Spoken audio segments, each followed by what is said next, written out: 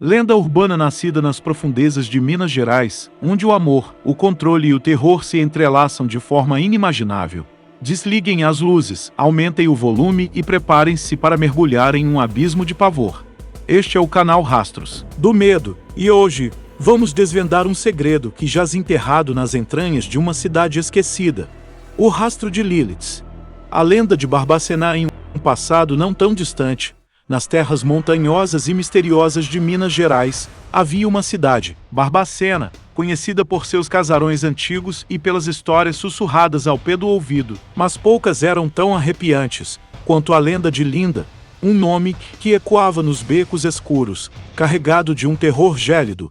Não era apenas um nome, mas um aviso, um calafrio na espinha que paralisava até os mais céticos. A história começa com César e Teodoro, que sonhavam em desvendar os mistérios de Minas. Eles eram curiosos, audaciosos e possuíam uma sede insaciável pelo desconhecido. César, o mais velho, era o cético do grupo, sempre buscando explicações lógicas para o inexplicável. Teodoro, por outro lado, possuía uma sensibilidade quase sobrenatural, um faro para o oculto que o guiava para as verdades mais sombrias. Juntos, eles formavam uma dupla inseparável, explorando lendas e assombrações por todo o estado.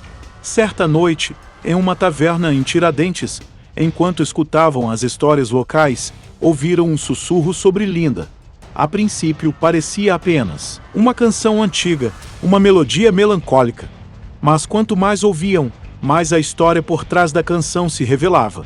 Não era sobre uma mulher comum, era sobre uma entidade, uma força ancestral que habitava um antigo hospício em Barbacena, um lugar onde a sanidade e a loucura se confundiam, e onde segredos macabros foram selados por décadas.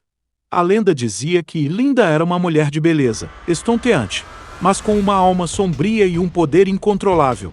Ela era uma manipuladora nata, que exercia um controle absoluto sobre aqueles que caíam em sua teia.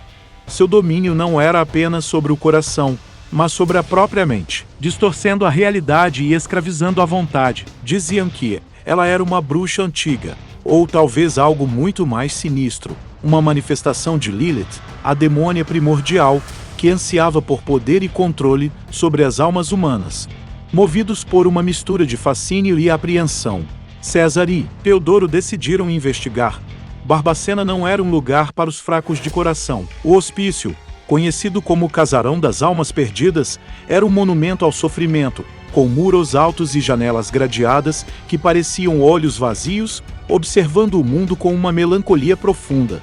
Havia um ar pesado ao redor, uma sensação de que o próprio tempo havia parado ali, preso nas dores do passado. Chegaram ao local em uma noite de lua nova, quando a escuridão era quase palpável e o silêncio apenas era quebrado pelo farfalhar das folhas secas e pelo batimento acelerado de seus próprios corações. O portão de ferro, enferrujado e rangente, parecia gemer ao se abrir, dando passagem para um pátio coberto de vegetação rasteira e arbustos retorcidos, que se assemelhavam a garras esqueléticas, estendendo-se para o céu. Uma névoa rasteira envolvia o terreno, criando sombras dançantes que distorciam as formas e confundiam os sentidos. O cheiro de mofo, poeira e algo indefinível, quase metálico, pairava no ar, um odor que grudava na garganta e evocava sensações de velhas feridas e sangue seco. As paredes do hospício, outrora brancas, estavam manchadas por anos de abandono e descaso, com musgos escorrendo como lágrimas negras e rachaduras que pareciam veias expostas, revelando a idade e o sofrimento contidos em seu interior. Ao adentrarem o primeiro corredor, o ar ficou gélido, como se estivessem entrando em um túmulo. O som de seus próprios passos ecoava de forma perturbadora, amplificado pela vastidão vazia do local. As portas das celas, muitas delas arrancadas de seus batentes, ou penduradas por uma única dobradiça, se abriam para o nada, revelando o vazio e a escuridão de seus interiores. Em algumas, ainda se podiam ver restos de camas de ferro enferrujadas e manchas esculturas no chão, cujas origens preferiam não imaginar. Teodoro, com sua sensibilidade aguçada, sentiu um formigamento na nuca, um sinal inconfundível de que não estavam sozinhos. César, apesar de seu ceticismo, sentiu um nó no estômago, uma intuição primária de perigo que transcendia a lógica. Eles se moveram lentamente, usando suas lanternas para cortar a escuridão que parecia engoli-los. A cada passo, em uma das celas, Teodoro viu algo, um desenho tosco arranhado na parede, parecendo ter sido feito com as próprias unhas de alguém. Era a figura de uma mulher com longos cabelos, os olhos vazios, e ao seu redor, formas que pareciam braços estendidos, presas por correntes invisíveis. Abaixo do desenho, uma única palavra estava gravada: Linda. Foi ali, naquele corredor sombrio, que a primeira manifestação sutil ocorreu. Um sussurro, quase imperceptível, flutuou pelo ar, como se alguém estivesse chamando seus nomes. Não era uma voz humana, mas um timbre melódico e perturbador, que parecia vir de todas as direções ao mesmo tempo. César sacou sua câmera, tentando registrar o som, mas o aparelho falhou, a bateria esgotada em segundos, apesar de ter sido carregada por completo. Teodoro sentiu um arrepio percorrer sua espinha, e as luzes de suas lanternas começaram a piscar intermitentemente, como se a própria energia do local estivesse sendo sugada. A descoberta dos diários determina-nos a ir fundo na história. César e Teodoro retornaram ao hospício várias vezes, sempre durante a noite, quando a energia do lugar parecia mais intensa. Em uma dessas incursões, na ilha de registros, um lugar que parecia ter sido saqueado há décadas, Teodoro tropeçou em uma pilha de documentos antigos, quase desintegrados pelo tempo e pela umidade. Entre eles, encontrou diários encadernados, em couro puído, com páginas amareladas e uma caligrafia fina, quase ilegível. Eram os diários de um guarda noturno, chamado João, que havia trabalhado ali na época em que a lenda de Linda começou a se espalhar. Os diários de João eram um tesouro de informações aterrorizantes. Ele descrevia a chegada de uma paciente misteriosa, uma mulher de beleza sobrenatural e olhos penetrantes, que foi internada sob o nome de paciente X. Ela nunca falava, mas sua presença era opressora, e aqueles que a olhavam nos olhos pareciam cair em um transe. João narrava eventos estranhos que começaram a ocorrer após a chegada dela. Enfermeiras que subitamente se tornavam agressivas, pacientes que sussurravam frases sem sentido em línguas desconhecidas e sombras que se moviam pelos corredores vazios. O diário também falava de um outro guarda, Vinícius, que era particularmente fascinado pela paciente X. Ele passava horas na porta de sua cela, tentando se comunicar, hipnotizado por sua presença. João notava uma mudança em Vinícius, que se tornava cada vez mais recluso, com os olhos vidrados e uma devoção perturbadora pela mulher. Ele escrevia que Vinícius parecia estar sob um feitiço, e que a mulher, mesmo sem dizer uma palavra, exercia um poder inexplicável sobre ele. À medida que os irmãos liam os diários, a atmosfera ao redor deles parecia se adensar. O vento assobiava através das janelas quebradas, e os ruídos do antigo hospício se tornavam mais distintos. Rangidos, batidas distantes, e até mesmo o som de correntes se arrastando pelo chão. É um trecho do diário. João descrevia uma noite, em que ouviu um canto, uma melodia hipnotizante, vinda da cela da paciente X. Era uma canção de amor e possessão, que falava sobre um controle absoluto, sobre a escolha de ser público ou secreto, de namorar ou apenas ficar, sempre só da vontade dela. Essa era a canção de Linda, a melodia que aterrorizava a todos no hospício. Teodoro, enquanto lia, sentiu um frio cortar sua pele, mesmo sob a jaqueta. Ele levantou a lanterna para a frente, e na parede oposta, viu uma sombra.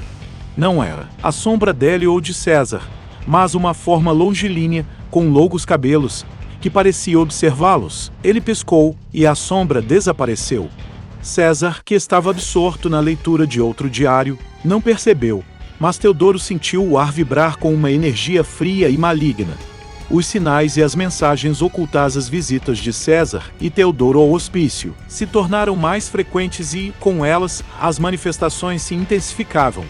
Não eram apenas sussurros e sombras, a própria realidade parecia distorcer-se em torno deles. Em uma ocasião, enquanto exploravam a antiga cozinha, encontraram talheres revirados e pratos quebrados no chão, como se uma fúria invisível tivesse se manifestado ali. O cheiro de algo putrefato, quase como carne estragada, começou a se espalhar, tornando o ar irrespirável.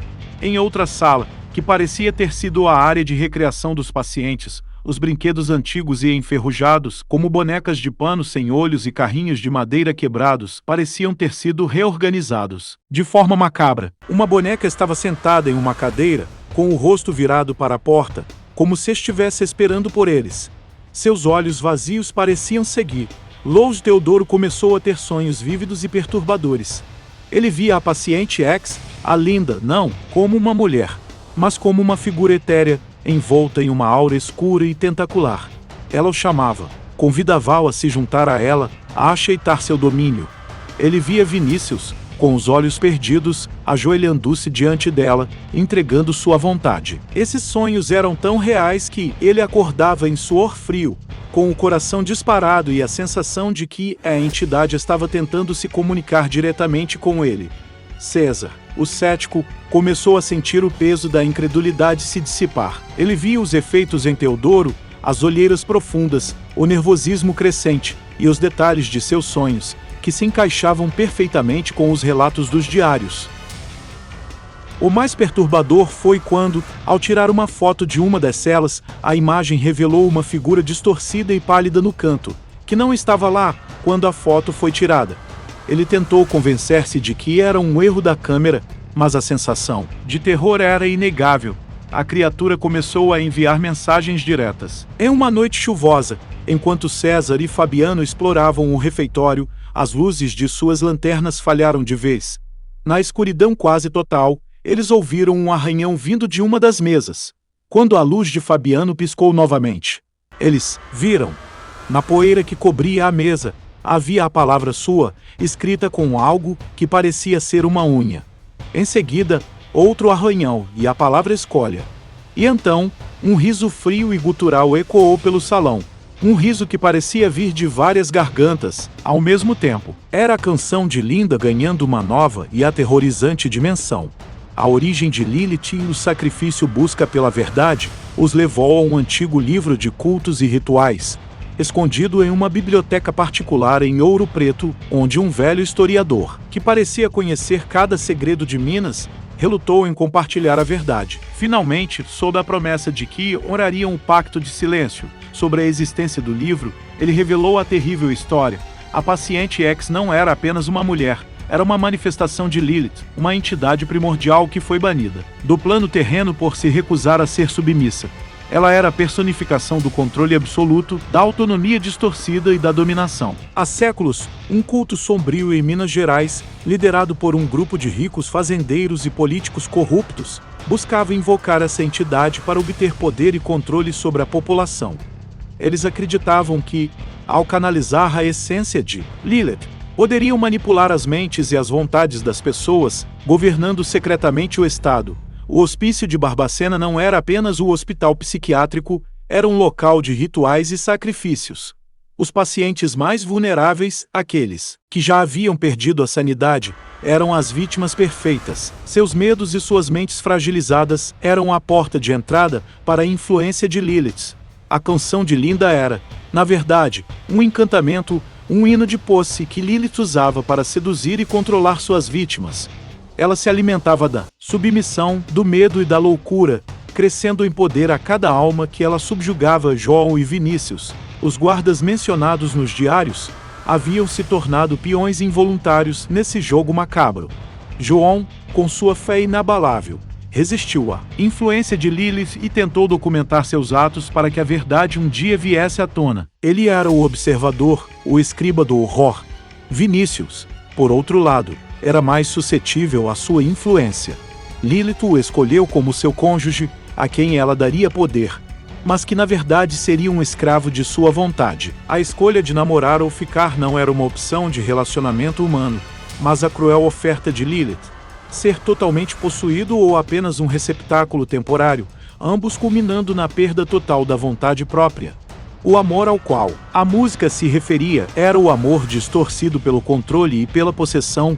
O historiador revelou que o ápice dos rituais acontecia durante a lua nova, quando a energia de Lilith estava em seu pico. Nesses momentos, a entidade se manifestava de forma mais corpórea, e os pacientes eram submetidos a rituais que os deixavam em um estado de catatonia permanente, com suas almas presas à vontade de Lilith.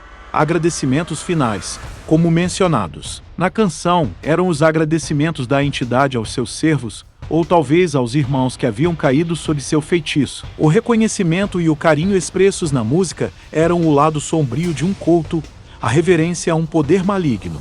O confronto imponente com a verdade revelada, o medo de César e Fabiano se transformou em uma mistura de pavor e determinação. Eles sabiam que não podiam simplesmente abandonar o hospício e deixar Lilith continuar seu reinado de terror. Mas como confrontar uma entidade ancestral que se alimentava do medo e da loucura? Foi então que se lembraram de um nome nos diários, de João, Levi. Ele era um padre jesuíta que havia tentado exorcizar a paciente X, mas havia falhado. O historiador, relutante, informou que Levi havia desaparecido anos atrás. Acreditava-se que havia sido consumido pela entidade, mas que ele possuía um crucifixo sagrado, passado por gerações e sua família, que era imbuído de uma energia divina capaz de repelir as forças do mal. Era a única esperança. Depois de dias de pesquisa incansável, e com a ajuda do historiador, eles descobriram o paradeiro de Levi. Ele não havia morrido, mas se exilado, em uma pequena ermida nas montanhas, vivendo uma vida de penitência e oração, assombrado pelos horrores que presenciara. Ele estava fraco, com o corpo e a mente marcados pela batalha contra Lilith. Mas sua fé, embora abalada, ainda ardia em seu coração. Ao ouvir a história de César e Fabiano, Levi, com a voz embargada e os olhos marejados, concordou em ajudá-los. Ele sabia que esta era a sua chance de redenção, de finalmente confrontar o mal que o havia perseguido por décadas. Ele tirou de dentro de seu hábito um crucifixo de prata envelhecida, mas que brilhava com uma luz interna, como se contivesse a própria essência do divino. Este é o único caminho, disse ele. A fé é a nossa espada, e a luz, o nosso escudo. A noite do confronto foi escolhida. A próxima lua nova. O dia mais propício para Lilith, mas também o dia em que sua manifestação seria mais intensa, tornando-a vulnerável a uma confrontação direta. O plano era simples em sua audácia. Iriam até a cela original da paciente X, onde a essência de Lilith era mais concentrada, e realizar um ritual de banimento. A batalha pela alma de Minas quando a lua nova ascendeu ao céu, tingindo a paisagem. Com um brilho fantasmagórico, César, Fabiano e Levi retornaram ao casarão das almas perdidas. A atmosfera era ainda mais opressora do que antes. O cheiro de decomposição era quase insuportável, e o vento, que antes apenas assobiava, agora uivava como almas atormentadas. As sombras nos corredores pareciam dançar com uma vida própria, e os sussurros eram constantes, chamando seus nomes. De forma tentadora e arrepiante, ao chegarem à cela da paciente X, o ar se tornou tão denso que parecia esmagá-los. As paredes da cela estavam em esculturas, com arranhões e marcas que se assemelhavam a mãos desesperadas. No centro do cômodo, uma aura escura pulsava e, de repente, a forma de Linda começou a se materializar. Não era a bela mulher descrita nos diários, mas uma figura monstruosa, com olhos vermelhos brilhantes, cabelos negros que se contorciam como serpentes e um sorriso macabro que revelava dentes afiados. Seu corpo era translúcido, mas a energia que emanava dela era palpável, gelada e cheia de ódio. Vocês não deveriam ter vindo, sibilou a criatura, sua voz uma cacofonia de sussurros e rugidos. Vocês serão meus, como todos os outros. Levi, apesar do medo visível em seus olhos, ergueu o crucifixo. Em nome do divino, eu te ordeno. Afaste-se destas terras, criatura das trevas. A entidade soltou um grito ensurdecedor, e uma onda de energia escura se espalhou pela cela, jogando César e Fabiano contra a parede. A dor física era intensa, mas o verdadeiro ataque era mental. Imagens de seus maiores medos, suas inseguranças e seus pesadelos foram projetadas em suas mentes, tentando esmagar sua resistência. Fabiano, com sua sensibilidade, sentiu a mente de Lilith tentando invadir a sua, oferecendo-lhe poder e conhecimento em troca de sua submissão. Ele viu visões de grandeza, de controle, de um mundo onde ele poderia ditar todas as regras. Mas no fundo de sua mente, ele ouviu a voz de César, a voz da razão, chamando-o de volta. Com um esforço monumental, ele se agarrou à realidade. Resistindo à tentação, o César, por sua vez, foi inundado por imagens de falha. de sua própria inadequação, de todos os momentos em que duvidou de si mesmo e de Fabiano. A criatura tentou fazê-lo acreditar que seu ceticismo era uma fraqueza, que ele era inútil e que o medo o consumiria. Mas ele se lembrou da força de seu irmão, da fé de Levi e da razão pela qual eles estavam ali, proteger vidas inocentes. Levi, tremendo, mas com os olhos fixos na criatura, começou a rezar em latim. A luz do crucifixo intensificou-se, irradiando uma energia dourada que parecia queimar a pele da entidade. Lilith recuou, sibilando e contorcendo-se. A luz divina enfraquecia. A batalha foi visceral. Lilith, em sua fúria, lançou rajadas de energia negra que colidiam com a luz do crucifixo de Levi. O chão tremia, as paredes rachavam, e o ar estava carregado de uma energia opressora. A criatura tentou se manifestar de outras formas. Apareceu como uma bela mulher sussurrando promessas no ouvido de Fabiano, e como uma figura sombria e imponente que tentava quebrar a fé de César.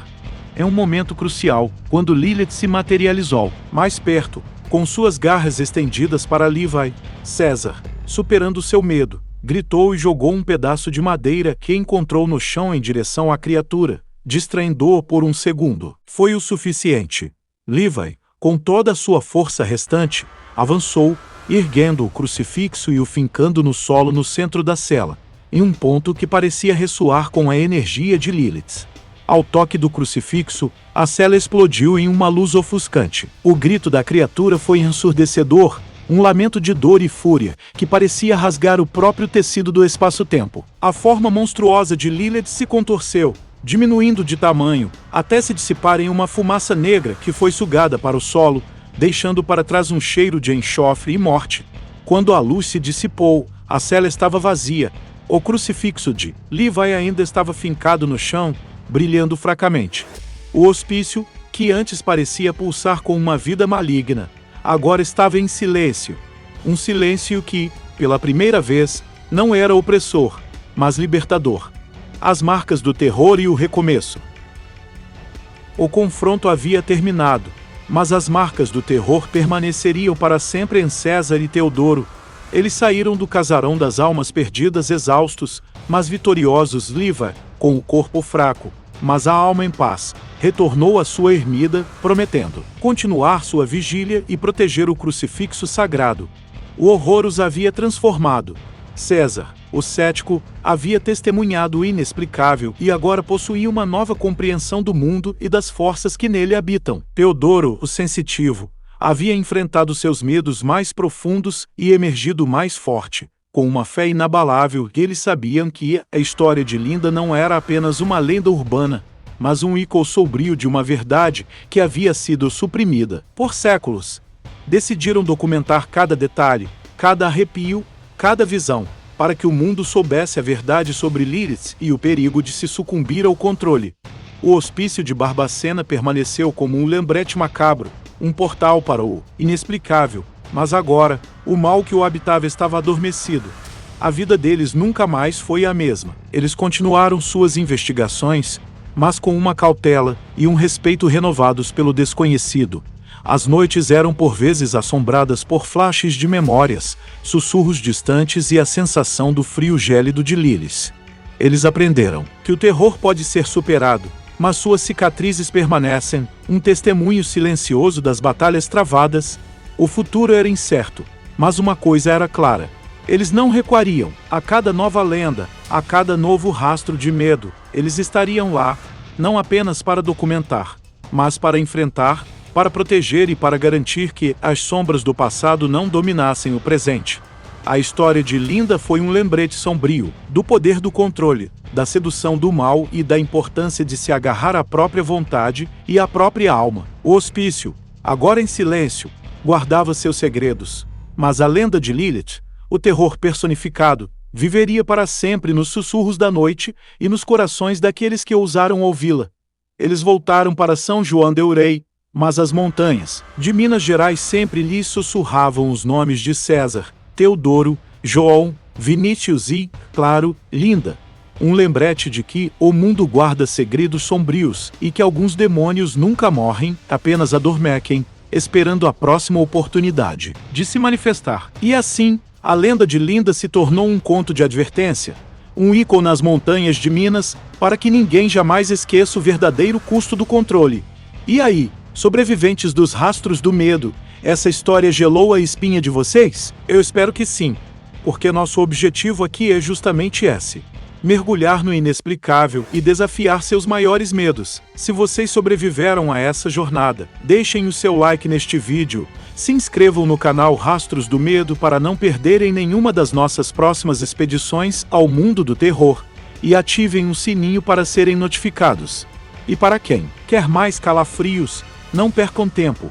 Tem um vídeo novinho aparecendo na tela agora mesmo, prontinho para te prender em mais uma aventura de arrepiar. Cliquem lá e continuem conosco nessa busca pelos rastros do medo. Até a próxima! E lembrem-se, o medo está em toda parte, e às vezes, ele está mais perto do que você imagina. Fiquem ligados!